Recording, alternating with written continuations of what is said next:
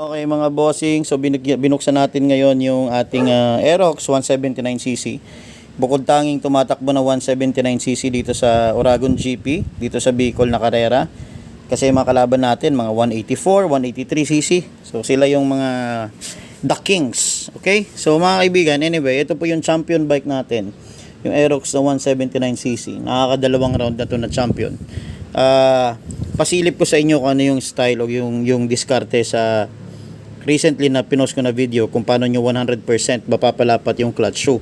Ito mga kaibigan, yung bearing type na clutch shoe na pinakitaan ko kayo ng video I think last week.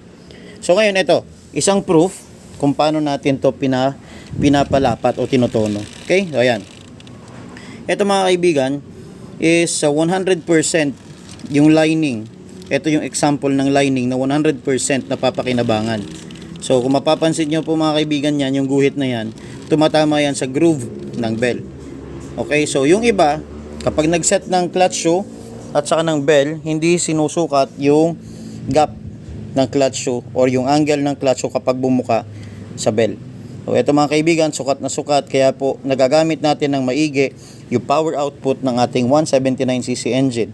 Kumbaga, wala tayong tapon na power. Okay, so yan mga kaibigan, diskartehan nyo lang yung clutch shoe nyo or paglabas ito sa market na bearing type, papapakinabangan nyo na maayos para mas maganda yung magiging performance nyo dahil sobrang smooth, maganda yung laro nya, walang side play, kaya naiiwasan ngayon yung mga masasayang na area ng clutch shoe. Okay, so God bless mga kaibigan, this is Chris Monk.